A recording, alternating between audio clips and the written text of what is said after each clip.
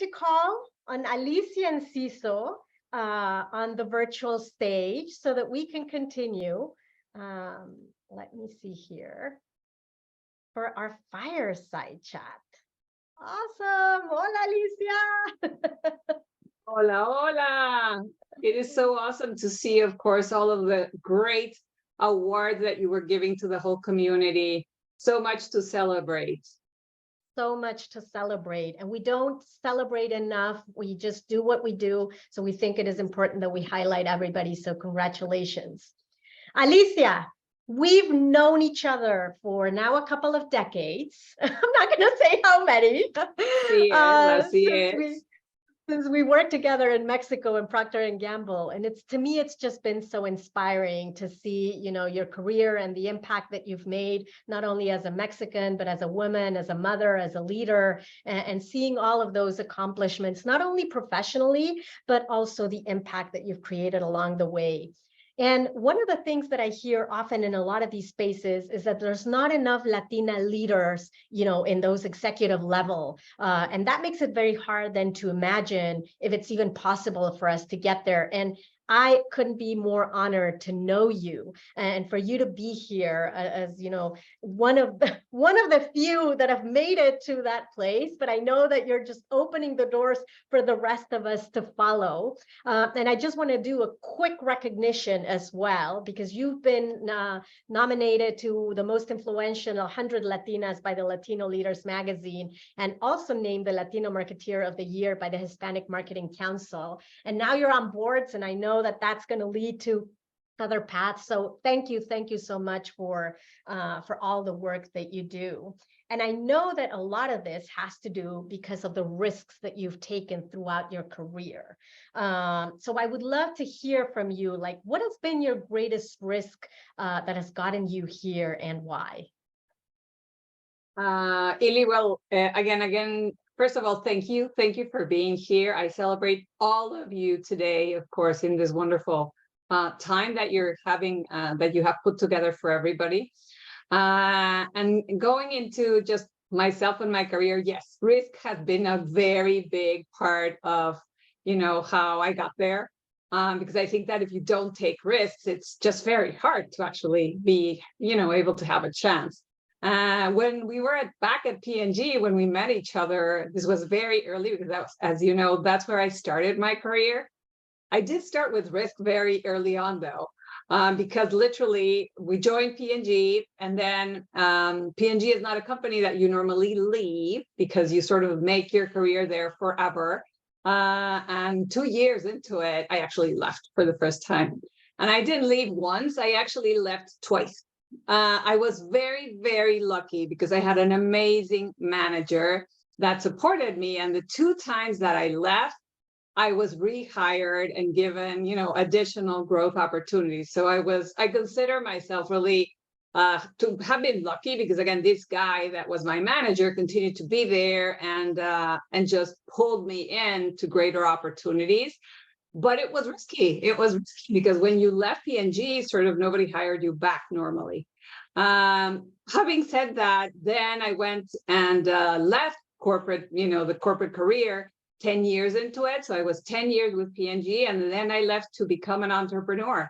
And I went into what I call the internet go-go years, and joined a startup, was in the middle of it, tried to do it. Actually, I joined because of my son. So my son at the time was like only 1 year old, and I wanted sort of to be, have a little bit more of my time to myself. I had actually like I could have my son or my baby next to me, like co-hosting. But of course I worked 24/7. I loved every bit of it. But it was also a huge risk. We were also extremely lucky because we were able to sell the company in the boom that happened at that time before the mega crash. So again, another one. But the most important one, though, I would say at the big was coming here to the US as our first chief marketing officer for Nestle in the US. So there I was happily, doing my job in Mexico, and I was tapped into this huge opportunity I must say that I didn't even think about it. The minute they said, I said, I am in. But it was a huge risk because you can imagine coming to such a big country, and we had a massive sort of task to be done. But again, every time I sort of pushed myself into each one of those, because I normally wouldn't, I say that I am just like a mega risk taker profile. But when you see what I've done, I just push myself every time. And it is impressive, like all those different movements that you have.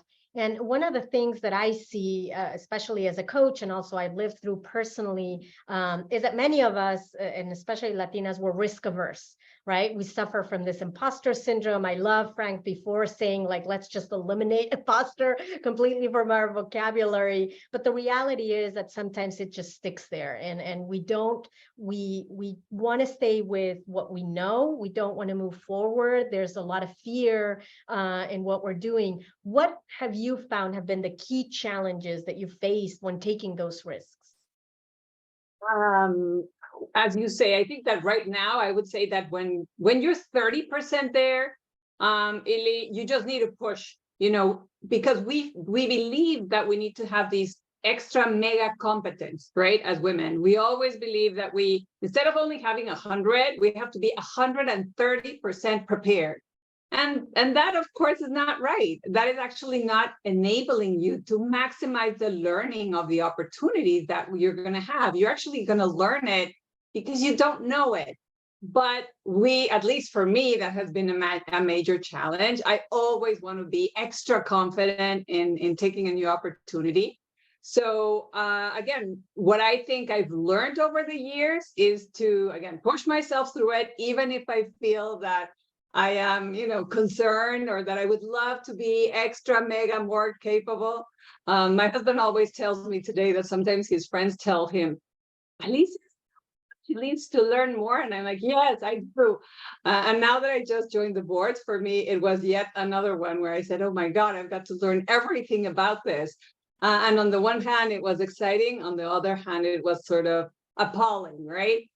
So I think that we just need to continue to push ourselves and say, if you're 30%, you're going to make it. You're going to get the other 70%. And that is why I think taking those challenges is what makes us stretch and learn. You're not going to learn it if you're at 130 going to 140, right? You've got to place yourself somewhere where you're sort of back in that square one, and everything is about the next wave of learning.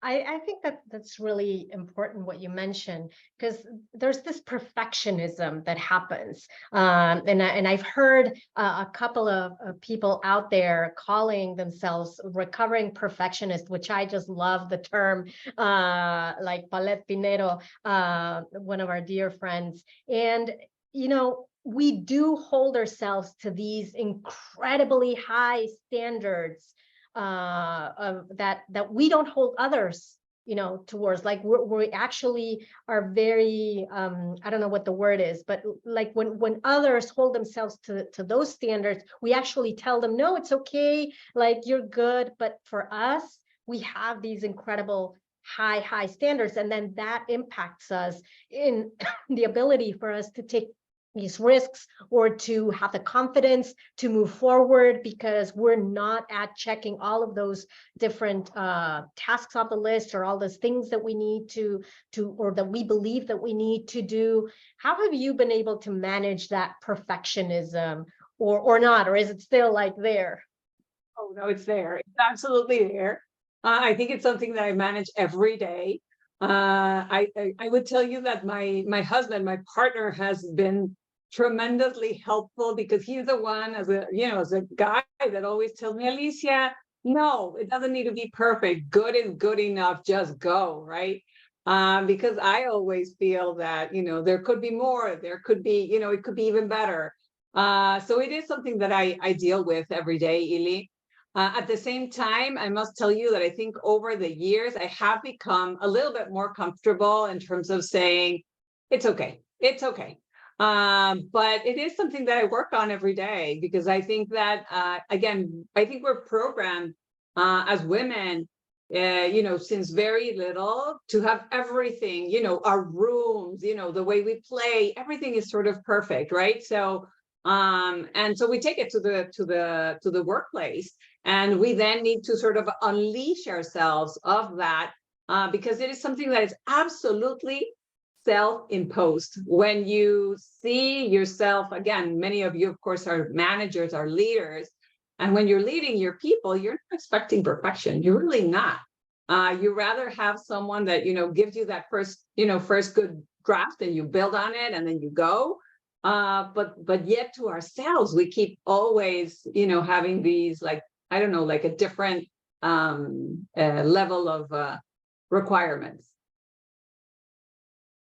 Absolutely, absolutely. And I heard somewhere somebody say we need to show the same grace that we show others. We need to show that same grace to ourselves. And I think it's very tied to what you're saying right now, that all of these. Even more, Lily, as a Latina, I remember that, there is this very famous saying that says, hey, you're going to have to work twice as hard, right? And you're going to have a chance, but you're going to have to work twice as hard, because and I remember when I came over, I really felt like, I was crossing the Rio Bravo, and that I was going to have to, do what nobody had done, because I had just given this amazing chance. And while I think that is very, how I say, like empowering to us, because you're like, I'm going to go do it. At the same time, as you say, we don't have that sort of I don't know, like chance to give ourselves to say, no, you don't need to be, you're not going to be judged in this like twice as hard way. And the more that we can understand, I think just the more that we liberate ourselves, because the only ones that are thinking about it are ourselves. Absolutely, absolutely. And I think one of the things that we've been hearing consistently, from the beginning of today's session is the stories that we tell ourselves, and sometimes we will hear them from others. They might not necessarily, we need to learn to separate ourselves from those and say which ones are true for us and which ones are not. The fact that success means something to other people in other cultures, for other genders, does not define success for me. But we tend to move that way. We tend to then adapt to these stereotypes or to these criteria of success, and then we lose ourselves in the process. And as I hear you, and yesterday that we were chatting, right, in a way, once you cross that, El Rio Bravo, or wherever we come from, we start doubting who we are, and we start adapting to these new ways of being and thinking, without realizing that does not define us. We still need to keep those things in mind, but it doesn't define us, right? Absolutely. I love, by the way, the name of the sort of the topic today, of being your own, because this is exactly what talks about it, Lily.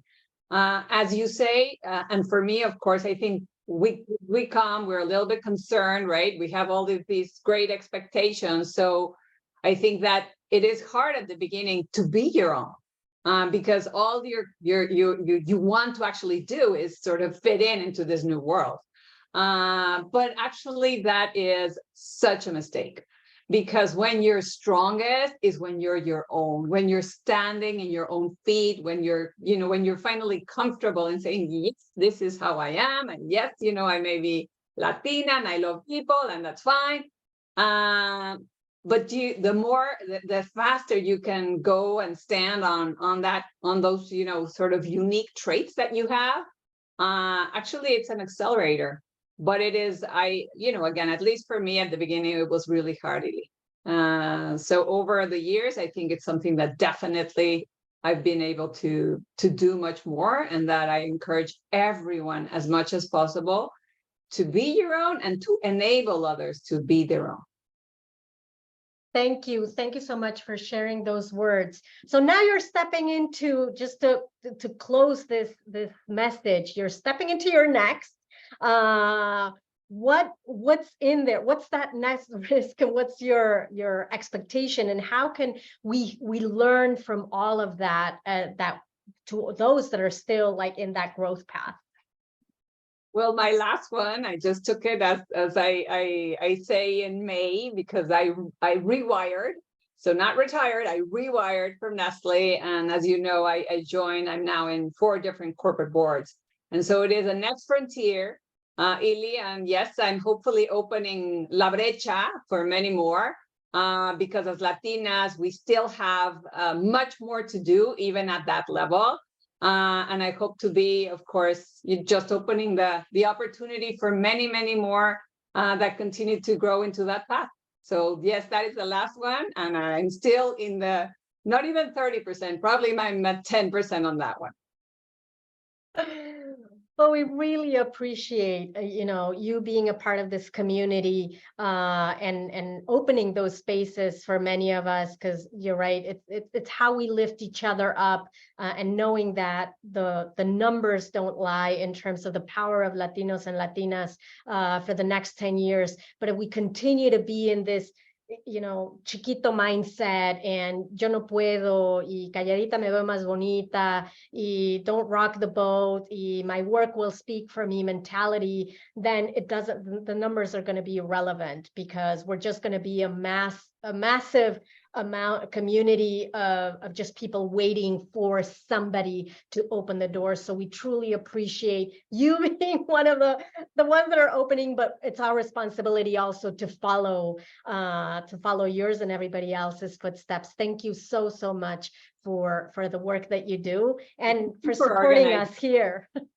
No, or thank you for organizing this for everyone, y a todas a brillar. Absolutely. Muchísimas gracias, Alicia. Ciao. That was Okay.